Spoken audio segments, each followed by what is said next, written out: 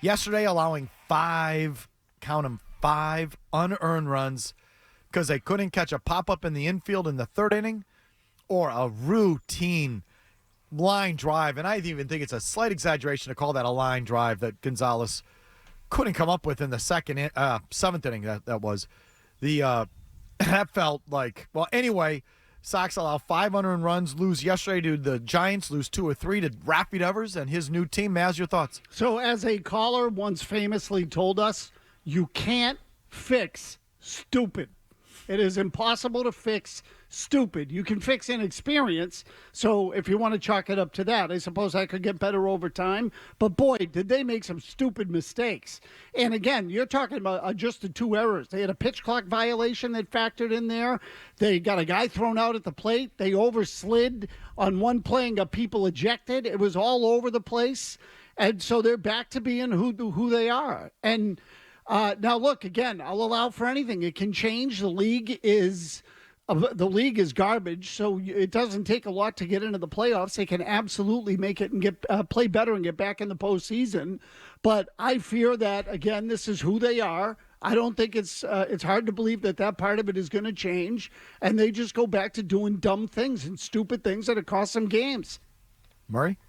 That was a ghastly loss yesterday. They had that game. And just in the series overall, it's like guys that 1 minute you're cheering for, the next you want them thrown off their team. Romy Gonzalez, home run in that game, but again, a ghastly error that helps cost them the game. Friday night, David Hamilton hit a home run. He had a major error in Saturday that helped them, cost that game. Like, this is, you reap what you sow with what you have on this roster and this team. And just, once again, I fell for the old banana in the tailpipe. It's like, okay, maybe the pitching is better. Maybe the bullpen's a little bit better. Maybe they got some wind in their sails. Nope. And the other thing was, okay, the pitching's been better and they've been less stupid. What happened these last couple of games? The pitching wasn't all that great, and they're stupid again. So shame on me for falling for it again. Yeah, and Mike, just quickly, how many games Romy Gonzalez has played at second base? Well, 4. I was going to say not many. 8.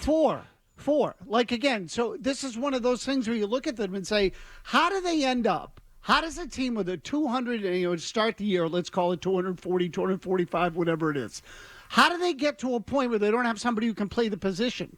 And second base has been a clown show for about 7 or 8 years.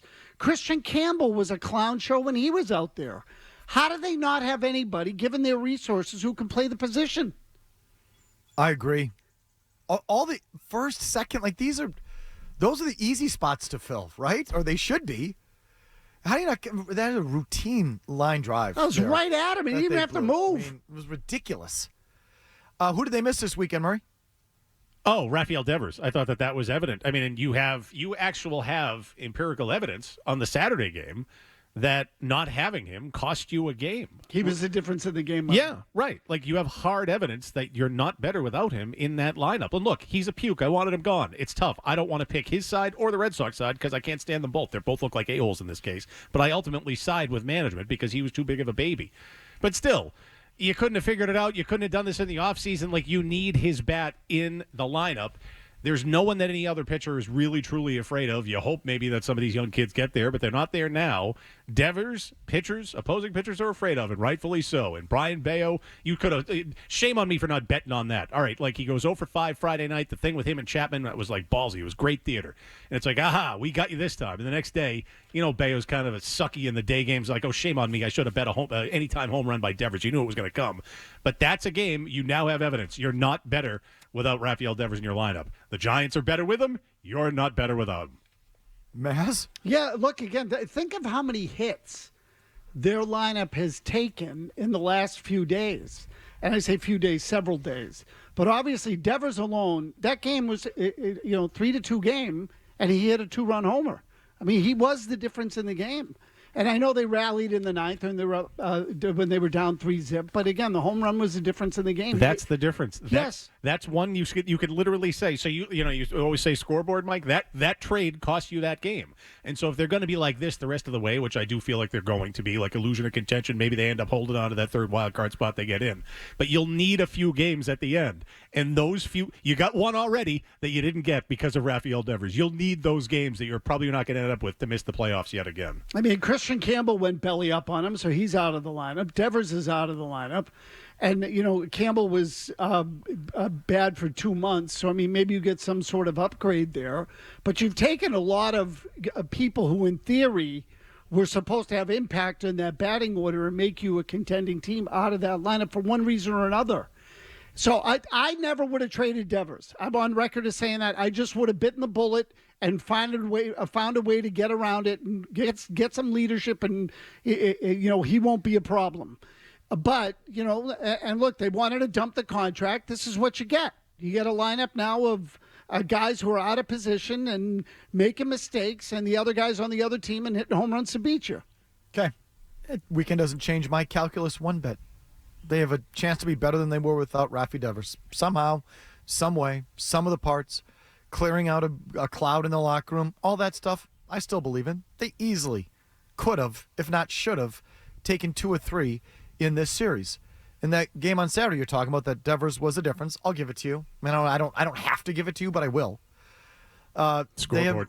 It's so kind of you. Yeah, so I'm giving it to you. Runner on second, I think 1 out in the 9th. They couldn't get him home. They were right there. And yesterday, they made a couple little league errors, like beyond their usual butchery in the field. Those were little league errors. That pop foul. It's who they are. The pop foul. Well, it's who they've been. So we'll see. I still think they have a good chance to be better than the sum of their parts and to be better without Rafael Devers. Look, I hope you're right. But again, they've been doing it all year. It's not like this stuff hasn't happened all year. So could it change? Sure. Absolutely. As you like to say, I can't predict the future. I'm not as smart as you. I can. They stink, and they're going to miss the playoffs. And Walker Buehler's going to get his face kicked in again tonight because he blows as a starter. They're going to take at least 2 or 3 from Anaheim, who stinks. Anaheim does stink. And if they take 2 of 3, what is that on the road trip? 5-4 road trip? Yeah, perfect. Yeah, it sounds like them. Yep, that's what they are. That's who they are. That's exactly it. It's a playoff pace this year, Mazz. As you said,